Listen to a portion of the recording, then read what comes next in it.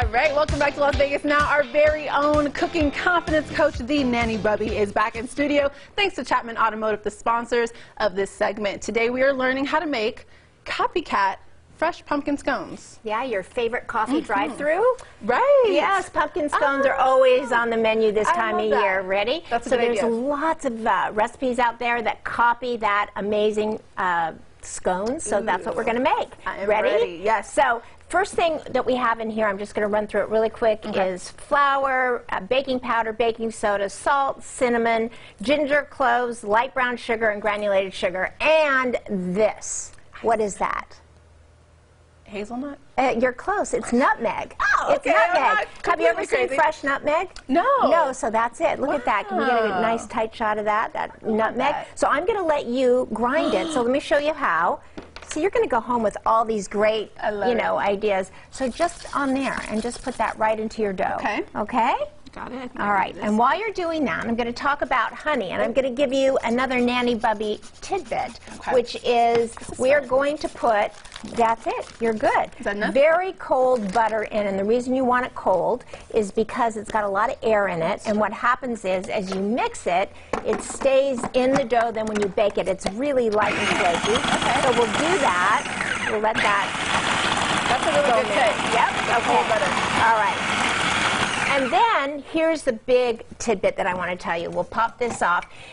In the wet ingredients, it calls for a tablespoon of honey. Okay. But if you've ever used honey, what happens, it sticks to anything you're measuring, Right. whether it's a cup, whether it's a tablespoon. So what you do is you're going to take coconut oil, olive oil, avocado oil, spray it. Ready? Okay, I'll spray it. There we go. Love it. Now take you hold that. Okay. I'll take the honey. We'll put the honey in. There we go. And for people who aren't, bakers or really good in the kitchen, this seems fairly simple. It is, but I have to tell you, my darling, you and your, right in there. Oh, right in here? You and your cooking, look at that, how it just slides right out, right? And now you know you really got a full tablespoon with. And so what happens is your own confidence, just since we've been here, just learning all these little tidbits, look at how good you've been doing. I know. I know. You were scared to measure salt when I met you. Okay, so we're going to just take this and combine it. I'm also actually in class. You're in, yes, you're reporting, but you're also in class, which I love because you're one of the best students I've ever had. Really. Oh, go on. I love it. You're coming along Bubby. nicely, and I'm not just saying that. Okay, and so this is just going to come together. Rolling his eyes yes, over but there. I love Kendall too. He's a good student, and he likes to cook. So you'll see this is just going to come together really quick into a ball.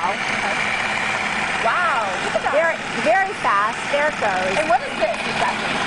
There you go. That is a food processor. Okay, so when it comes out, it's a soft dough, and what you're going to do is you're going to roll out that dough as I make a mess here in the kitchen, but if you're not making a mess, you're not really having fun. So this comes out like this. You can either use a rolling pin to roll it, or you can use your hands, and honestly, I do different ways, just depending on how immersed I want to get into my food. And the way that you cut it is this, because, scones are triangles, right? So one right down like this, and down like this. Okay, now you've got fours, and now you're going to take those fours and cut them in triangles. There you go.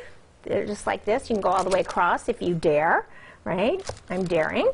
And then that. And then you'll just take each triangle out, place it onto the baking sheet, and away you go. Oh my gosh, that looks good just by itself. Yes, it does. And so we're going to move that over here. Here we've got the scones all baked, ready to go. So just real quickly, a tablespoon of half and half to a cup of powdered sugar. This is the icing. So there you go. Now watch how just a tablespoon mixes this. Oh, wow. So it starts to become icing, but just in the reverence of time, just pour just a little bit more in for me. Okay, that's good. 45 seconds. Yep. Okay, so we're going to ice this. I'm just look at that! Oh my gosh! I wish you could see the texture changing. Oh, you can. Yes, very quickly. Okay. Oh, you can. There we go. So we're going to just ice it like this. Of course, you'd use a spatula, but we don't have the time. And then but what I love is just kind of the avant-garde. Well, and then if you look at those coffee house scones, they have 30 seconds. Yep, they have a second color right over the top, which is this. There we go, back and forth.